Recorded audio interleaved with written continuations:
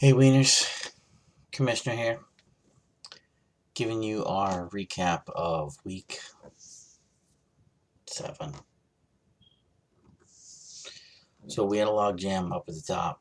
There were the top 6 teams were all within a game of first place. So we are really getting kind of jammed up there, and I think we had a bunch of teams that were all at 4-2, and then Scotty sitting there at 5-1.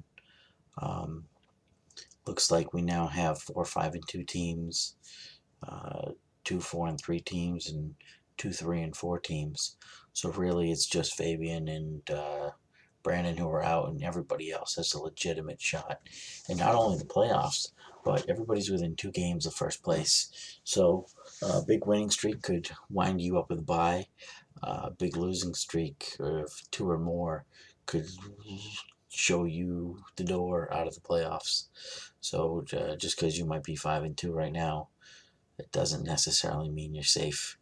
So everybody's going to keep playing their ass off. So as far as our scoreboard from last week, we have um, we had some really cool finishes. I thought I was I was watching Monday Night Football, and in the last 5 seconds of Monday Night Football, uh, 3 of our 5 matchups were decided. Um, First off, Scotty and JG. JG ended up pulling it out 143 to 141, even though Scotty's kicker almost made him come all the way back. And when if Eli didn't run off a minute and a half doing QB sneaks out from the 1 yard line, then maybe they have enough time to get an onside kick a field goal, and tie it, send it overtime. Scotty's kicker hits a field goal in OT, and then boom, he's the winner. Was not to be, though. Eli doesn't know how to manage the clock, and that was pretty much game over. Our next matchup was Craig and Nikki. Man, that was a beating. 147 to 79. Craig took out Nikki. Honestly, never had a chance. Everything Craig touched turned to fucking gold this past week, as he was our top scorer and just murdered Nikki from the 1 p.m. games on. Um, the other 2 matchups that were both decided within the last 5 seconds of Monday Night Football were Darren and Brandy. Darren ended up beating Brandy 128 to 124. Brandy got a touchdown from her guy Tevin Coleman, a 30-yard touchdown run, put her up by like 2, and then put her up by 2, and then with 5 seconds left, Eli Manning just throws it up. Odell snags the ball, fucking touchdown, boom, and Darren gets 6 points for the touchdown. He ends up beating her 128, 124. It looked like Darren was going to win this matchup, and then Tevin Coleman ripped off that 9-point touchdown for Brandy, and she came back and took a lead. And then, just when you thought that she had it won, fucking 5 seconds left, and just Odell snatches one touchdown. With that, Brandon's defense, which was Atlanta's defense, faltered, gave up extra points and a ton of yards on that last drive to the Giants. And I thought they were going to tie. That would have been the greatest thing in human history if fucking 2-0-6 teams were to tie. They were tied going into that last drive with the Giants.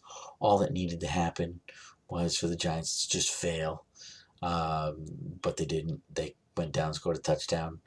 And Fabian gets his first win of the season, 103-97 to Brandon, who's now 0-7. Another heartbreaking loss for him.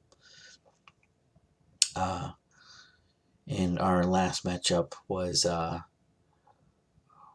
me versus my bitch. I mean, me versus Eli. If you haven't checked out my video that I posted, make sure you check it out, because I took all of Eli's little quips and jibs and jabs that he had the whole week, and he was like, "Oh, well, let's see you try and score 90 points." Yo, you scored 61. And his Nick Chubb's worse than your Chubb, and Nick Chubb scored me 14 points, like I said he was gonna. And when he was like, "Go Cameron Brate," and I told him that he should stop Rob Gronkowski because at least he'll know he's going to get a 0 and he won't be disappointed. And then Cameron Brate scores him 0 points. He almost scored him negative points, but he got a 6-yard catch that got him over 20 yards receiving. So he got the 0. I was really hoping for a negative. And he can complain about injuries, but I lost Breida to an injury who scored me -1. My team didn't suck and score 61 points. You know, he completes a mega trade for Zeke and Julio, who combined for 8 points. And yes, Edelman, who you traded to Nicky, scored more than 8 points all by himself. So those are your recaps. That puts our standings sitting at Scotty's still number 1 because he has the points differential on everybody by 100 points if we were to keep track, 902 to 802.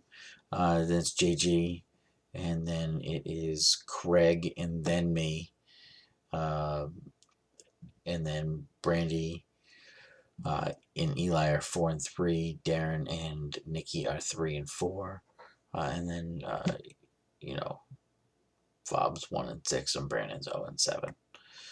As for our power rankings for the league, they pretty much go in that type of order. Scotty's still number 1 in the power rankings. JG is 2nd. I'm 3rd. Craig really close behind at 4th. Then it's Brandy, Darren, Nikki, Eli, Fabian, and Brandon. So pretty much in line with the standings. Just kind of a little bit, flip-floppy between like me and Craig and like Brandy and Darren. Darren's, he's ranked 6th in the power rankings, but he's like 7th right now in the standings. So some of these guys flip-flopped. But that is the gist of it. That's the recaps. Me and Scotty will have our video tomorrow. I'll try and keep these short like this, only 7 minutes, so it's not a ton to watch. Good luck picking people up this week. I know a bunch of you idiots are going to pick up Kenyon Barner. Enjoy that because James White's going to score all the points. Barner's going to score you 2. So I hope Fabian picks up Barner and starts him this week against me.